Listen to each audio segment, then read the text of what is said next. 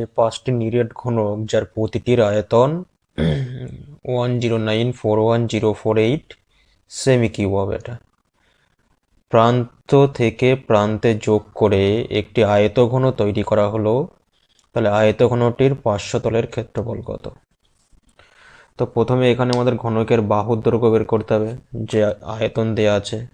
তো দেখো এখানে আয়তনটা অনেক বড় সংখ্যা দেয়া আছে, তো এটা এটা কতর কিউব সেটা বের করা খুবই ডিফিকাল্ট, আর সেটা পরীক্ষার হলে অনেকটা সম্ভব হয় না।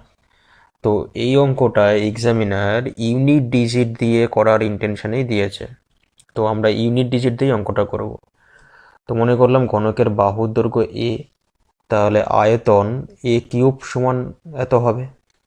তাহলে যে বাহুর দৈর্ঘ্য এ হবে তার ইউনিট ডিজিট কত হবে, ইউনিট ডিজিটটা বের করি, মানে এককের ঘরের অঙ্ক। তো শেষে দেখো আছে 8, তো 8টা কোন জায়গার থেকে আসে? 2-এর কিউব করলেই একমাত্র 8 আসে। তার মানে এখান থেকে বুঝতে পারলাম যে ঘনকের বাহুর দৈর্ঘ্যের যে ইউনিট ডিজিট সেটা কত হবে? 2। আর এইদিকে আরও অঙ্ক থাকতে পারে, সেটা আমাদের বের করার প্রয়োজন নেই।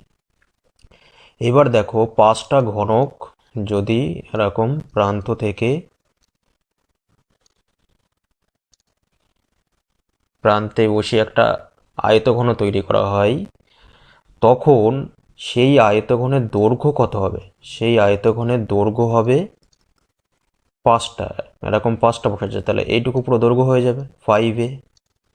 আর দেখো প্রস্থটা কিন্তু সেই এই থাকবে, আয়তঘনের দৈর্ঘ্য প্রস্থ উচ্চতা থাকে, আর যে উচ্চতাটাও এ থাকবে। বোঝা গেল? এবার এর দৈর্ঘ্য প্রস্থ উচ্চতা প্রত্যেকটার ইউনিট ডিজিট বের করতে হবে। তো দেখো এখানে এর ইউনিট ডিজিট ছিল 2, তাহলে যখন 5a করব তার ইউনিট ডিজিট কত হবে? এর সঙ্গে 5 গুণ, মানে 0 হবে ইউনিট ডিজিট। আর এটা তো এ আছে প্রস্থ, তার মানে ইউনিট ডিজিট 2 হবে, এরও ইউনিট ডিজিট 2 হবে। এবার একটা আয়তঘনের পার্শ্বতলের ক্ষেত্রফল কি হয়? আয়তঘনের পার্শ্বতলের ক্ষেত্রফল হয়, পার্শ্বতল মানে 4 দেওয়াল, 2 ইন্টু দৈর্ঘ্য ইন্টু উচ্চতা প্লাস প্রস্থ ইন্টু উচ্চতা, এটা হয় ঘনকের পার্শ্বতলের ক্ষেত্রফল। তো একটা আয়তঘনক এখানে একেই দেখতে পারো, বা সব থেকে বেস্ট এক্সাম্পল হয় যে ঘরে পড়াশোনা করছো। তো দেখো ঘরে 4 দেওয়াল কি হয়? যখন মেঝের ওপরে, এটা ধরো দৈর্ঘ্য এল, এটা প্রস্থ বি, তো এই পাশের দেওয়ালটার ক্ষেত্রফল কী হবে? এই পাশের দেওয়ালটাও একটা আয়তক্ষেত্র তৈরি করবে, যার দৈর্ঘ্য এল হবে আর উচ্চতা এদিকে এইচ হবে। তো এই পাশের দেওয়ালের যে ক্ষেত্রফল কী হবে? দৈর্ঘ্য গুণ উচ্চতা হবে। আর এই পাশের দেওয়াল আর এই পাশের দেওয়াল সেম ক্ষেত্রফল হবে। সেম এই পাশের দেওয়ালের ক্ষেত্রফল কী হবে? বি ইন্টু এইচ হবে, মানে প্রস্থ ইন্টু উচ্চতা।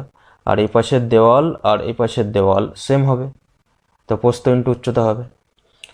তো 2 ইন্টু প্রস্থ ইন্টু উচ্চতা, যেহেতু দুটো দেওয়াল, তাহলে 4 দেওয়ালের মোট ক্ষেত্রফল কী হবে? 2 কমন নিলাম, এই পাশে দৈর্ঘ্য গুণ উচ্চতা, এই পাশে প্রস্থ গুণ উচ্চতা। বোঝা গেল? এবার ইউনিট ডিজিট বসাবো। দৈর্ঘ্যের ইউনিট ডিজিট ছিল 0, উচ্চতার ইউনিট ডিজিট 2, প্রস্থের ইউনিট ডিজিট 2, আর উচ্চতারও ইউনিট ডিজিট 2। তাহলে 2 ইন্টু 0 ইন্টু 2, এগুলো কিন্তু সব পার্শ্বতলের যে ক্ষেত্রফল তার ইউনিট ডিজিট আমরা বের করছি, কারণ দেখো অপশানে প্রত্যেকটার ইউনিট ডিজিট কী আছে? আলাদা আছে। তো 0 ইন্টু 2 0 হবে, 2 গুণ 2 4, তাহলে 2 ইন্টু 0 প্লাস 4 4, কত? 4। তাহলে পার্শ্বতলের ক্ষেত্রফলের ইউনিট ডিজিট কত? 4।